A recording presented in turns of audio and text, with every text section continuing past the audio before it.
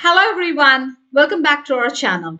In our last video, we have learned about the future perfect tense, its structure, signal words, when to use it, and its positive form, negative form, also how to form questions using future perfect tense, all these things. Now it's time for us to practice.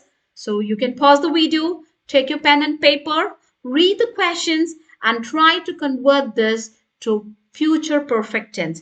I will also read it for you. Let's start. You slash finish the presentation by the deadline.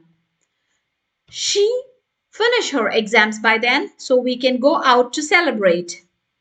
They work by 8. They arrive by lunchtime. We be in Paris for 2 years next week. You do everything by this evening? So now your job is to read this, understand this, and you can convert this to future perfect tense. When you are ready with your answers, you can move to the next slide. So how did you do that? Let's see the correct answers. Will you have finished the presentation by the deadline? She will have finished her exams by then, so we can go out to celebrate. They will not have finished work by 8. They will have arrived by lunchtime. We will have been in Paris for 2 years next week. Will you have done everything by this evening? Hope you have done it correctly. Simple, right? Let's review it. So the future perfect tense is used to talk about the past in the future. And the structure is, remember, it's subject plus will plus have plus past participle, which is the third form of the verb. We can use the contraction such as I'll have or I'll. The signal words are by this time, next week, etc. And some examples are given here. We will have arrived by 6 p.m. Will we have arrived by 6 p.m.? We won't have arrived by 6 p.m. So the same sentence, the same meaning, but here in different forms. The first one is for sentence and the second one is for question and the third one is for the negative form. Practice this future perfect tense and drop few examples in the comments. The next one is the present perfect continuous tense. So this tense is commonly used in daily life to describe actions that began in the past and have relevance to the present. It is primarily used for past actions that have recently stopped and for the past actions that are still continuing. Example, I have been studying English a lot lately. So this example here it shows that the speaker studying occurred recently and has likely stopped.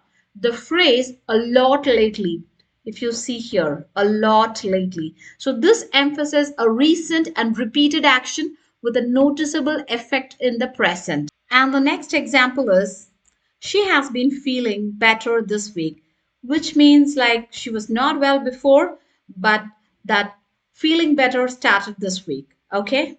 Now let's see the structure of present perfect continuous tense. It requires two auxiliary verbs and looks like this. Subject plus auxiliary have plus auxiliary to be in the past participle plus verb plus ing.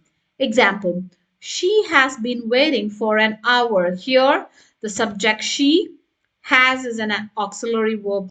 Been waiting. So been waiting here, been is past participle, waiting is verb plus ing. It has been raining for the last few days. So its subject has auxiliary verb and then been is again auxiliary for the past participle to be raining, this verb plus ing. We have been watching a lot of TV lately. So this is also simple, right? So remember the structure is subject plus auxiliary have plus auxiliary to be in the past participle and plus verb plus ing. Now it's time for us to practice. So take your pen and paper, pause the video, read the question for yourself and try to change this into present perfect continuous tense. She worked here for 5 years. They play all day long. You study a lot lately. It rained a lot this year. He slept for the last 10 hours. Done with your answers? Let's check it. She has been working here for 5 years. So she has been working here for 5 years. So it's continuing, right? They have been playing all day long. So this is also a thing that has been started in the past and still continuing. You have been studying a lot lately. This example we have seen already. It has been raining a lot this year. He has been sleeping for the last 10 hours.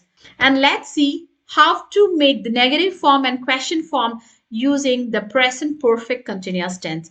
In order to change into negative sentence, we just need to insert not after the auxiliary verb. So subject plus have or has depend on the subject plus not plus been plus verb plus ing. So this is the sentence structure for negative sentence.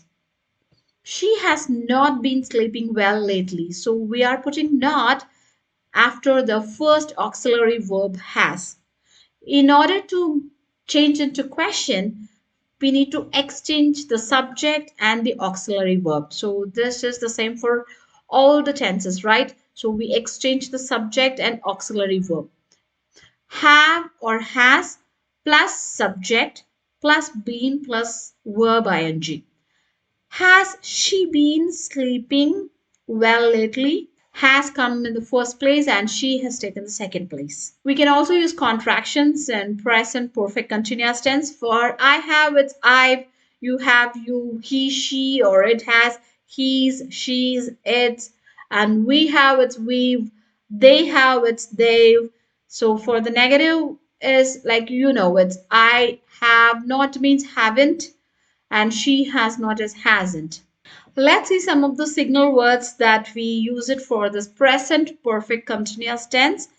The words are lately, recently, all day, for the last week, for 3 hours, or for how many hours it is, since 2010. So all these are signal words which express the duration of time that the action has been taking place. Okay. So few examples are given which we have seen it already. And that's all for today's video. If you like this video, kindly like, share and subscribe for more English tips. See you in the next video. Bye for now.